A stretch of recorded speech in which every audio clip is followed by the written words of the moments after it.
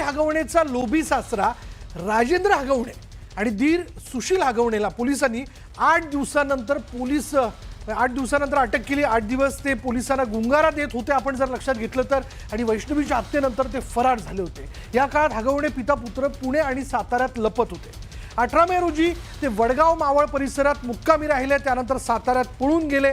पुसेगावमध्ये त्यांनी मुक्काम केला, त्यानंतर त्यांनी कोगनळीतील एका हॉटेलवरती मुक्काम केला। कोगनळीतून राजेंद्रने मित्र प्रीतम पाटीलच्या शेतावरती मुक्काम केल्याचं कळतंय। तिथून ते पुन्हा एकदा पुण्याला परतले होते आणि पुण्यातच त्यांना अखेर अटक करण्यात आली। वैष्णवीच्या मृत्यूच्या दुसऱ्या दिवशी राजेंद्र हगवणेनं एका हॉटेलात जाऊन मटण पार्टी केली होती। बघा, वैष्णवीच्या मृत्यूच्या दुसऱ्या दिवशी काय निर्लज्जपण आहे बघा। राजेंद्र हगवणेने एका हॉटेलमध्ये जाऊन मटण पार्टी केली आणि त्यानंतर तो जुना पुणे महामार्गावरनं कामशेतकडे फरार झाला। पवना धरण परिसरात एका बंगल्यात तो लपून बसला होता। इथला आढावा घेतलाय आमचे प्रतिनिधी गणेश दुडम यांनी। राजेंद्र हगवणे हे वडगाव मावळ येथून तांबडा पांढरा रस्सा या मटणावर ताव मारल्यानंतर ते थेट पवना नगरच्या दिशेने निघाले आणि याच खासगी बंगल्यामध्ये ते थांबले होते। मात्र या बंगल्यात थांबल्यानंतर पोलिसांना त्याची कुणकुण लागली। पिंपरी चिंचवड पोलीस येथे पोचायच्या आत राजेंद्र हगवणे हे पसार झाले, पुण्याच्या दिशेला गेले। पोलिसांनी राजेंद्र हगवणे यांच्या मुसक्या आवळल्या आहेत। आपण जर पाहायला गेलं, वैष्णवी हगवणे हिचा हुंडाबळीसाठी त्यांनी जीव घेतलेला आहे।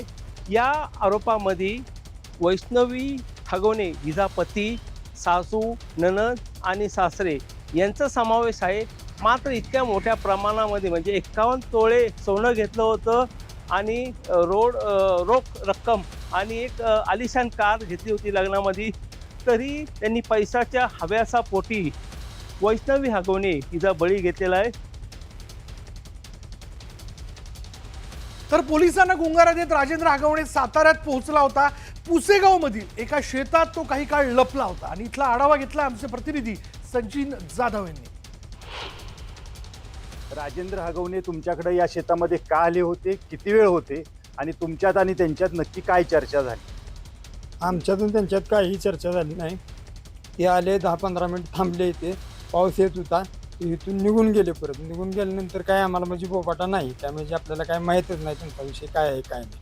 आले, 10-15 मिनिट थांबून इथून निघून गेले आणि पाऊस पडत होता, माझे आंबे उतरात चालले होते, एवढाच विषय होता। परत माझं मी बी निघून गेलो, ती कुठे गेले काय माहीत नाही। पण वैष्णवी हगवणे प्रकरण जे त्यांचा मृत्यू झाला, हे प्रकरण तुम्हाला माहिती होतं का? ते आले तेव्हा? नाही, हे काय माहीत नव्हतं मला अजिबात, म्हणजे याची काय आपल्याला खानखुनच काय नव्हती माहीत काय अजिबात। आले, 10-15 मिनिट थांबले आणि इथून ती निघून गेली।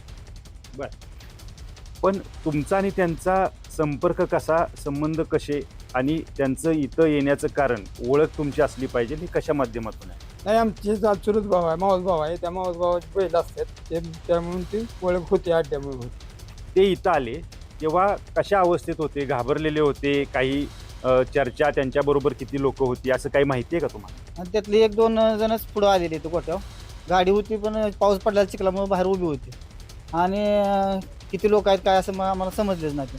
आणि त्यांना आम्ही उलट थांबा म्हणत होतो तिथं मुक्कामासाठी, तर जरा घाबरले का अवस्थेत होते आणि नाही म्हणले, 10-15 मिनिटात निघून गेले। त्यामुळे काय घडले काय आम्हाला दुसऱ्या दिवशीच कळलं मीडिया, आम्हाला ती कल्पनाच नव्हती की असं घडून ते आले। आम्हाला वाटतं रेग्युलर आपलं नेहमी राऊंड असतं सारे, म्हणून आम्ही स्वतः त्यांना म्हणत होतो की थांबा मुक्काम करा, तर ते नाही म्हणले, 15 मिनिटात निघून गेले। कॅमेरामन तुषार जाधव समी, सचिन जाधव, न्यूज 18 लोकमत, पुसेगाव, सातारा।